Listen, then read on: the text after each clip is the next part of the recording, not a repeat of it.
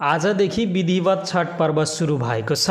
4 दिनसम्म मनाइने छठ पर्वको पहिलो दिन आज व्रतीहरूले नहाए खाए अर्थात् नुहाएर खाने गर्दछन्। छठ प्रारम्भसँगै मिथिलाका धार्मिक महत्त्वका नदी, तलाउ, पोखरी, इनार लगायतको जलाशयको किनारमा घाटलाई सिंगारिने काम भइरहेको छ। अर्घ दिने व्रतालु 48 घण्टासम्म पानी पनि नखाई उपवास बस्ने गर्दछन्। छठ पर्वमा सूर्य भगवानलाई अर्घ दिन तयार पारिने परिकारहरू अत्यन्तै नियम निष्ठापूर्वक गर्नुपर्ने भएकाले छठलाई निष्ठा र कठोर पर्व को रूपमा मानिन्छ। आज शनिबार नहाई खाई विधि गर्ने व्रतालुले भोलि कार्तिक शुक्ल पञ्चमीका दिन दिउँसोभरि निराहार व्रत बसी राति सखरमा पकाइएको अरबा चावलको खीर कुल देवता र छठी देवीलाई चढाएर प्रसाद स्वरूप खाने गर्दछन्। यो विधिलाई मिथिलामा खरना भनिन्छ।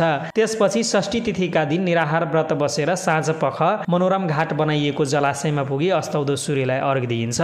यो विधिलाई सोझका अर्घ वा सजिया घाट भनिन्छ। यसरी सोझका अर्घमा देखाइएको प्रसाद सामग्रीको डाला सप्तमीका दिन बिहानै उदाउँदो सूर्यलाई अर्घ देखाइसकेपछि छठ पर्व सम्पन्न हुने परम्परा रहिआएको छ।